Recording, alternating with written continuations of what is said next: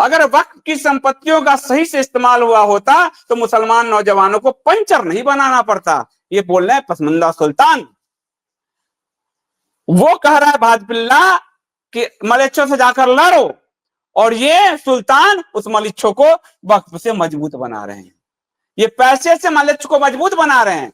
भाजपिल्ले social media और media में बैठे हुए वो कह रहे हैं जाकर लड़ो, तुम मरोगे तो हमें वोट मिलेगा, और वोट मिलेगा हम पसमंदाओं को और मजबूत करेंगे। ये खुद सुल्तान कह रहे हैं। अगर वक्त की संपत्तियों का सही से इस्तेमाल हुआ होता तो मुसलमान नौजवान को पंचर नहीं बनाना पड़ता। आपको आज बहुत सारे लोग मुझे मैसेज करते हैं, संदीप जी आपको हमने गाली दिया, मैं माफी मांगता हूं। संदीप जी आपको गाली दिया, आपने मुझे ब्लॉक किया, ब्लॉक खोल दीजिए। आज आपने जो कहा था आज से 5-7 साल पहले वो आज सच हो रहा है, दिख रहा है कि मुस्लिम जनसंख्या को कैसे इन्होंने मजबूत बना दिया है कि अब हमारे रहने के बांधे पड़ गए। ये देख लीजिए आप और सुनिए। मुस्लिम भी हमारे हैं, यह देश जितना हमारा है उतना उनका है। ये कौन कह रहा है? नागपुर में पिटाई खाने वाले संगठन का मुखिया। नागपुर में पिटाई खाने वाले संगठन का मुखिया कह रहा है। और भाजपिल्ले क्या कह रहे हैं? उनको मारो नहीं तो तुम कायर हो। और ये क्या कह रहा है? वो भी हमारे हैं। खबरदार, दोगलापन। आपको मैं ड्वेल दिखा रहा हूं, इनका दोहरा चरित्र दिखा रहा हूं। वक्त के विरोध में प्रदर्शन, वक्त के लिए आप देख रहे हो, लेकिन वक्त का इस्तेमाल मुस्लिम नौजवानों के लिए ये कर रहे हैं। और भाजपिल्ले कह रहे हैं आपको कि जाओ उनको मारो नहीं तो तुम कायर हो। और ये मारने वाले पसमंदाओं को समृद्ध बना रहे हैं, और वो समृद्ध बनाएंगे तो आपका रहना और मुश्किल होगा। इन्होंने मुस्लिम इलाकों में मुस्लिम पुलिसकर्मी भर्ती करवाए हैं, आपका रहना और मुश्किल ये बना रहे हैं। पर आपको कहे जाओ लड़ो, जाकर मरोगे तब तो वोट मिलेगा, भाजपिल्ले कह रहे हैं। ये देख लीजिए, मुस्लिम भी हमारे हैं, नागपुर में पिटाई खाते हैं ये। इनका देख लीजिए। जिस दिन हम कहेंगे मुसलमान नहीं चाहिए, हिंदुत्व तो नहीं रहेगा, तुम्हारा हिंदुत्व तो नहीं रहेगा, क्योंकि तुम्हारा हिंदुत्व पाखंड है, हम हिंदू धर्म वाले। तुम्हारे हिंदुत्व का चाशनी बनाकर अपने सर पे डाल लो, ये स्थिति है। ये हिंदुत्व ही नहीं रहेगा बिना मुसलमान के बिना। यानी 1400 साल पहले जो मजहब आई, उस मजहब से पहले हिंदू धर्म था ही नहीं, ये संघावत बोल रहा है। उससे पहले हिंदू धर्म कुछ था ही नहीं। इस्लाम के उदय से पहले जो भारत ने ऊंचाइयां छुई, इस संघावत के हिसाब से तो वो तो था ही नहीं, वो तो झूठ था। क्योंकि मुसलमान जब तक रहेंगे थे तभी हिंदुत्व रहेगा। जिस दिन हम कहेंगे मुसलमान नहीं चाहिए, हिंदुत्व नहीं रहेगा। तो लो, चाह के नागपुर में थपिया दिया जाके, जाओ मुंह फुलाओ जाके। बंगाल हिंसा के डर से पार्टी दफ्तरों में छिपे भाजपा के डाज, ये देख लीजिए। ये लोकसभा अभी बंगाल में, ये खुद छिपने वाले हिंदुओं को गाली दिलवा रहे हैं। ये देख ही लीजिए, ये सब मिले होते हैं और आप लड़ते हो। आपका गला, कन्हैया लाल का क्या कसूर था? कन्हैया लाल, नुपुर शर्मा बोली, उसको सिक्योरिटी मिली हुई है, पूरा सिक्योरिटी मिली हुई है। वो नुपुर शर्मा का सिर्फ डीपी लगाया, उसके लिए उसका गला कट गया। नुपुर का उसका गला कट गया तो राजस्थान में उसका कैश करके ये सरकार बना लिए। नुपुर सुरक्षित है, कन्हैया का परिवार भी लट गया।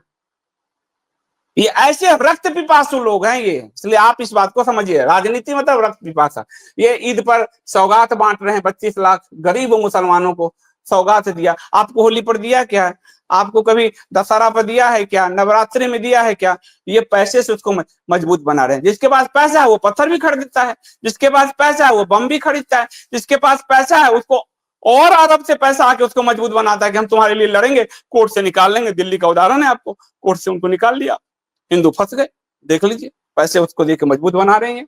ये देखिए, मुस्लिम समाज के बारे में गलत बयानबाजी ना करें, वरना ये टांग देंगे। दिल्ली के हिंदुओं को टांग दिया। भाजपिल्ले कह रहे हैं कि इस मुस्लिम समाज के प्रति कायर हो तुम, निकलो और मारो।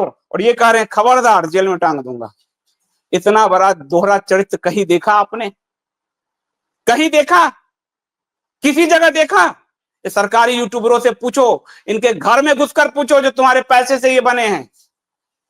इन मीडिया वालों से पूछो कि तुम लोग ये जो झूठ दिखा रहे हो, तुमने समाज को कितना दूषित किया है, कितना कलंकित किया है, हिंदुओं के साथ तुमने कितना अन्याय किया है। ये देखिए, सुल्तान का बयान देखिए, ब्रजेश पाठक, मुसलमान भाइयों, आप भारतीय जनता पार्टी के साथ एक एक कदम बढ़िए, आपका कोई बाल भी बांका नहीं कर सकता। बाल बांका कौन करता है? हिंदू मारता है उनको।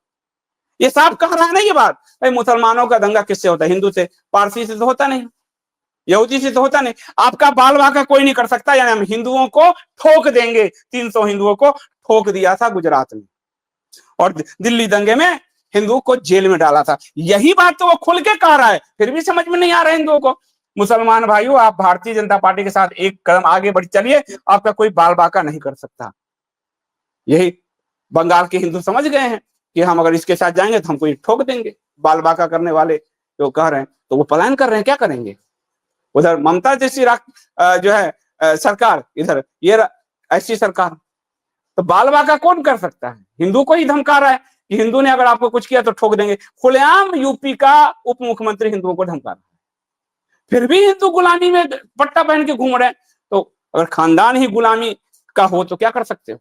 और जो सनातनी है वो गुलाम नहीं है, वो अब इन चेहरों को पहचानने लगे हैं। आप देखिए, वक्फ एक्ट से 200 करोड़ रुपए, 2 करोड़ से सालाना आय 200 करोड़ करने का ये तरीका है उनको मजबूत करने का। उनके मजबूत करेंगे तो उनके यहाँ हाथ में 47 होगा। अभी तो उस्तुरा से कट रहा है, कल 47 होगा। क्या करोगे आप? इन्होंने आपसे ताली बजवाकर किसको मजबूत कर दिया? 2 करोड़ से 200 करोड़ कर दिया। क्या आय 200 करोड़ होगा नए वक्फ एक्ट से मध्य प्रदेश में। अभी उस्तुरा से कल 47 से क्या करोगे फिर? ये किसने कर किया है? और तुम नाच रहे हो, नाचो।